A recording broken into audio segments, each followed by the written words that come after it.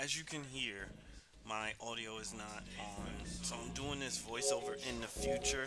So you can see I just don't have my headset on. I really don't know what was going on for me, but I just, yeah, don't have my headset on. But I'm talking as if I'm talking into a microphone. I don't know what was going on. I got my headphones in, but that's just the audio from the game. So, yeah, this week's episode is pretty much no commentary from me. So you are free to just watch me play and like squeak in the background and listen, but you really can't hear me, and I apologize for that. I'm recording this voiceover in the future, so like this is another fourth wall break. I've been doing these all throughout the Master Thief sprints and the trophy hunts, but I really don't have any good excuse for this, and I'm not recording this again.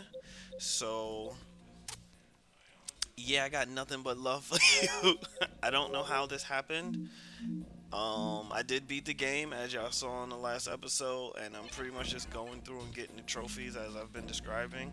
But yeah, this week's episode is about 30 minutes, and I really never put my microphone on, so you really can't hear. My microphone was on, it just was nowhere near my head. It was just like literally on the ground around me, and I never realized this.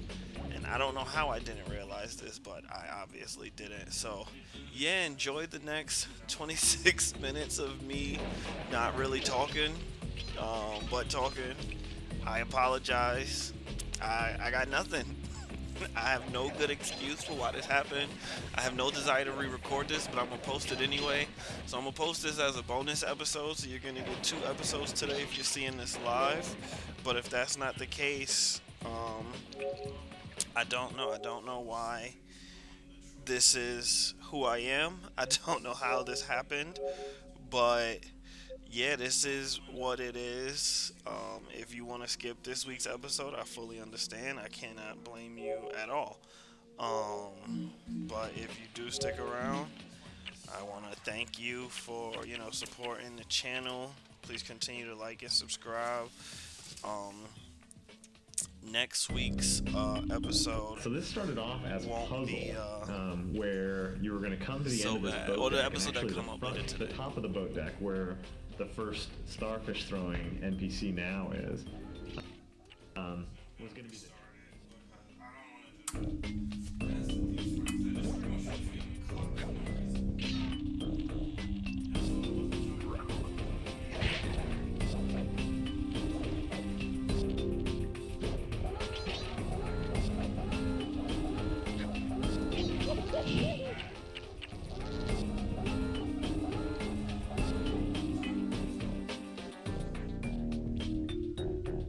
So this started off as a puzzle where you were going to come to the end of this boat deck, and actually the top of the boat deck where the first starfish throwing NPC now is, was going to be the training section. And the idea was going to be that there was going to be invisible lasers all over this area, and you were going to have to spray something into the ahead of you to expose the beams, either smoke or frost or something in front of you. And so it was actually laid out very rectangularly, and there were all these things to jump on, these floating platforms to jump on, and you had to kind of, each time you did a jump, you had to kind of look around you for the invisible lasers and then make your next jump. And as we backed away from the puzzly, slower gameplay, that was the first idea that went away. Yeah. So then what came? Well, there was also the idea of once you got to the rear set of the buoys that floated on the water, that there was a giant fish that was sitting below you. Oh yeah, the giant fish. And he was the one that paced you and made you want to move forward faster and get through the level, or otherwise he'd come up and gobble you up. Yeah, so the giant fish, he got cut. Giant fish got cut. We definitely learned a thing or two about physics engines in games. How the predictability of something animated over relying on the physics engine to work itself out is usually... Yeah, the physics engine tends to work well in really clean, isolated situations, or in shrapnel, or in other situations where you want good-looking sort of ambient animation, but not as good for stuff that has to work 100% of the time, super predictably. And then I think environmentally, I think this was one of our first levels that really had a good kind of, I don't know, misty, really rich kind of textured feel to it. You know, the fire on the side, Right. which you can see from outside, and the approach even. All the like the moss hanging off of Yeah. everything, and just kind of.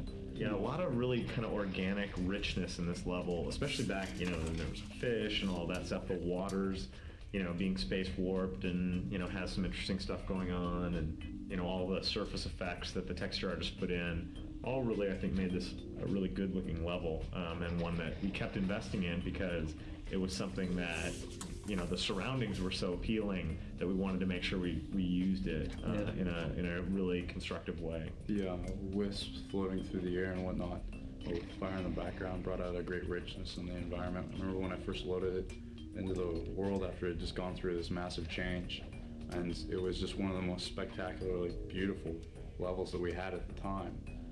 That it was just exciting to go back and play through it.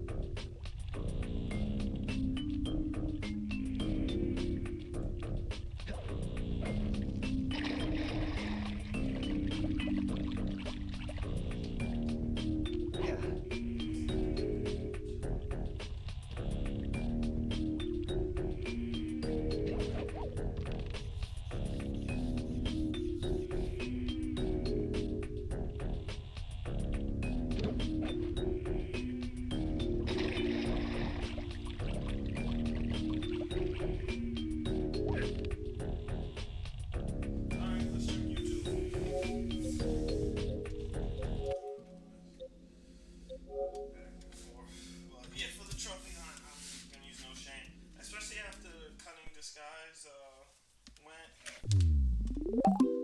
that went. So yeah, we are going to search Sly, Cooper, and these raccoons. I think they do it on the Master Thief sprint. So let's see.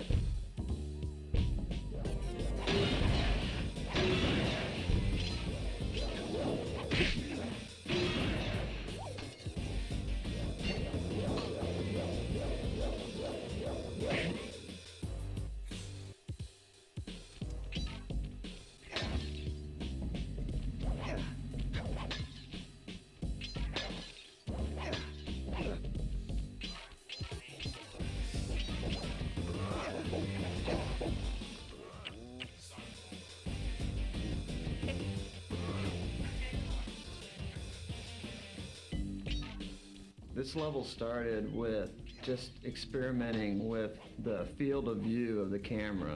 This kind of, it's a lot more extreme and more kind of fish-eyed lens than any other level in the game. And once that was in, it was like, well, this is very much like vertigo, you know, you get this feeling of vertigo from being high and seeing the ground below you. So that's when I tried to make the design be like the sides of the building or a skyscraper as they're going up. To Yeah, and we ended help up motivate that. Yeah, we ended up doing it on the inside, kind of the hotel, sort of in a kind of an atrium or a courtyard in theory. We invented these bouncers. This was actually the first place in the game that we had used, in this case an awning, but anything that would bounce Sly upwards, and really started to tune and play with that gameplay about how high should they each bounce and what's the right amount to give the player control while he's in the air. And really the combination, I think, of the unique camera angles and a huge amount of bouncing on things and jumping up and down on things really kind of defines the concept for this level. It presents some good challenges. Once it sort of took on this retro feel, kind of playing like a 2D side scroller. Our producers at Sony even, kind of took us to task once or twice about how retro that felt. But the retro feel also had a big impact on the kinds of NPCs we could use in this level. Oh, definitely. Because you needed an NPC that could work well in a really confined space. And in fact, the original design for the ball and chain NPC had him swinging the ball in the wrong hand for this level, and we had to change him so that he would be comfortable with his right side up against walls. From a secondary standpoint, I thought that the introduction of the air conditioners was a good idea because it was this sort of skill element that required you to pay attention and Right. It was one of the few really leftover in terms of mechanics from some early designs for the game, where there are these things called break falls, where you would, it was like the air conditioners where each one you hit, it would fall away. So it was very much the environment's kind of getting destroyed and your choices are getting limited as you're going. So you have to do it, pretty much do it right the first time. Yeah, the stealth sections, these were some of the earlier sections to use the duck and to use cameras fairly heavily. I thought pretty successfully in this case. You get some different looks than you see elsewhere in the game. And the last section in the bedrooms, sort of the bouncers go up through the ceilings, which was kind of a fun change. Gave us some real sense of three-dimensionality as you kind of pass through the floors. That was a fun change. And then the big finish, the precarious big finish, where you have to sneak out.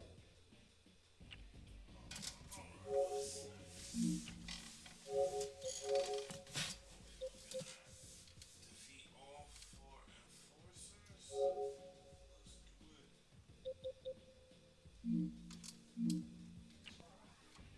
Casino.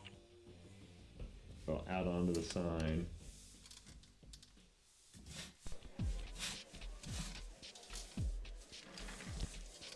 This is the only level in Mugshot's world that actually is a casino. And originally, when we had set off to make Mugshot's world, it was all going to be casino. We just sort of weren't that interested in doing a whole casino world after doing one. So we had to find lots of stuff around it. That's why we have buildings outside of it and the rooftop on top of it. Well, it's just more interesting going through the urban environment than it was kind of making your way through these slot machines and dodging the gangster dogs.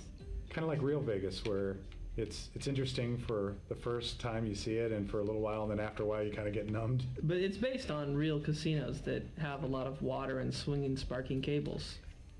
Yeah. That you've seen real casinos you've been to.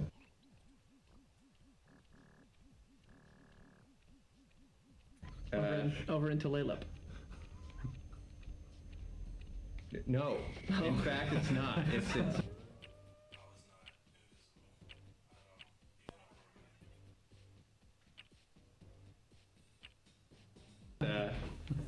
it's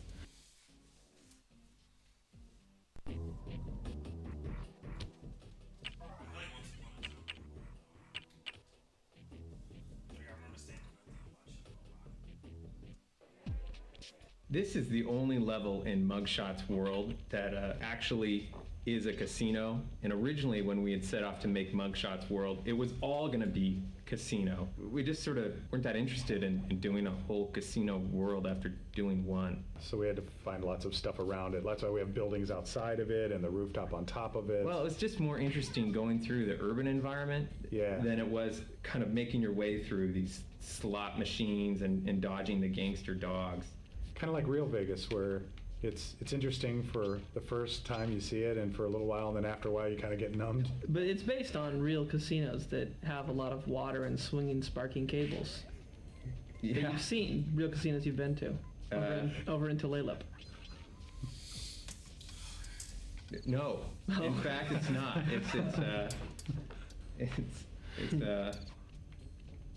It's not. This level features a couple game mechanics that we use all over the place, but in here it's pretty pronounced, and that's when you get up on top of chandeliers and you're looking down on a guard, where the whole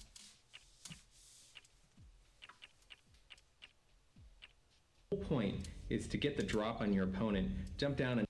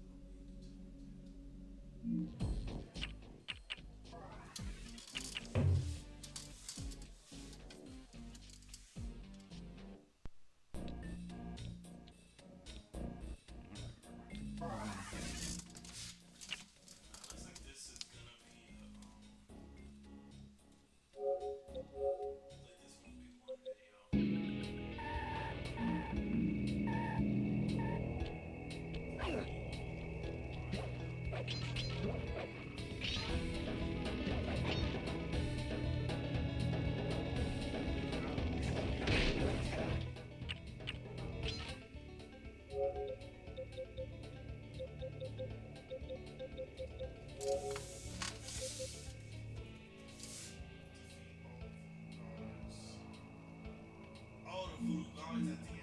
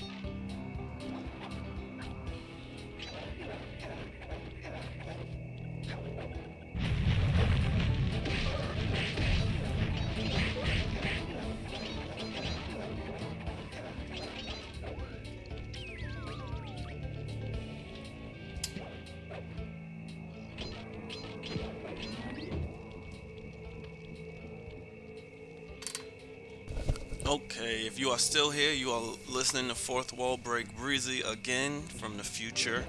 So this does not go my way, I am tempting to get the trophy that you receive for killing all of these guards without being noticed. So I didn't realize that first one counted as a part of the swarming group. So I actually go and I get all of, you'll see, but I get the swarming group without being noticed. And then that's when I realized that there's no that the challenge wasn't possible. So I actually get upset and I kind of just tune off. So I'm going to let you guys finish watching this, but for now I'm just gonna say an outro of thank you for joining this week's episode. If you are enjoying this content, please be sure to like and subscribe. You'll notice me, like, I get it done. I do get it done. But yeah, I realized that you can't reset and I was going to have to do the whole thing again. And I kind of got frustrated. So, yeah. But yes, if you are enjoying this content, please be sure to like and subscribe. And yeah, I'll catch you next week. Thank you. Take it easy.